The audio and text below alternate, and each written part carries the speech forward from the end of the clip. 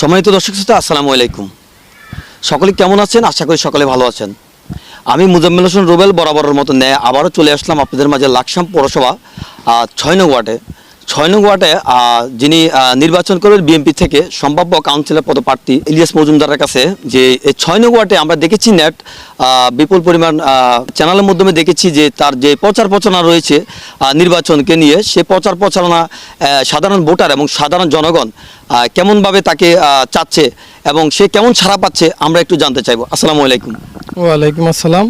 ইলিয়াস ভাই, আপনি আমাদেরকে একটু পরিচয় দিবেন এবং আমরা দেখেছি যে লাকসাম পৌরসভা যে 6 নং ওয়ার্ড রয়েছে, সেই 6 নং ওয়ার্ডে আপনি একজন সম্ভাব্য কাউন্সিলর পদপ্রার্থী। সেই প্রার্থীর আলোকে আপনি কেমন ছাড়া পাচ্ছেন সাধারণ ভোটার এবং সাধারণ জনগণের কাছে? আমি মোহাম্মদ ইলিয়াস মজুমদার, আমি সাবেক ছাত্রনেতা নম্বর ফজলেনেসা সরকারি কলেজ ছাত্রদলের সাধারণ সম্পাদক। তৃণমূল পর্যায় থেকে আমি উঠে এসেছি ছাত্রদলের রাজনীতি করে। জননেতা জনাব আবুল কালাম ভাইয়ের হাত ধরে আমাদের এই রাজনীতির পথ চলা। ইনশাল্লাহ আসন্ন লাকসাম পৌরসভা নির্বাচনে আমি ইলিয়াস আশাবাদী 6 নং ওয়ার্ডের সম্ভাব্য কাউন্সিলর হিসেবে বিএনপির দুর্দিনে কাজ করার জন্য। যখন জননেতা জনাব আবুল কালাম ভাইয়ের কাজ করার মতো তেমন কোনো জনবল ছিল না, তেমন কোনো লোকবলও ছিল না, ব্যানার ফেস্টুন লাগানোর মতো লোক ছিল না, তখনকার থেকে আমি জননেতা জনাব আবুল কালাম ভাইয়ের সাথে আছি। আমি আশা করি আসন্ন লাকসাম পৌরসভা নির্বাচনে আমাকে লাকসাম পৌরসভা 6 নং ওয়ার্ডের কাউন্সিলর হিসেবে অবশ্যই দল মনোনীত করবে।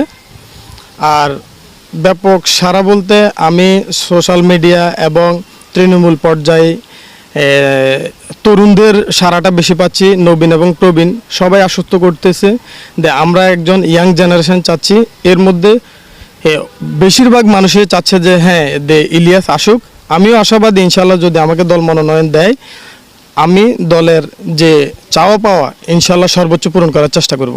আসন্ন নির্বাচনে আমাকে 6 নং ওয়ার্ডের কাউন্সিলর হিসেবে মনোনীত করে এই ওয়ার্ডটাকে আমি মাদকমুক্ত, সন্ত্রাসমুক্ত এবং চাঁদাবাজমুক্ত সমাজ এবং ওয়ার্ড হিসেবে গড়ে তুলবে ইনশাল্লাহ।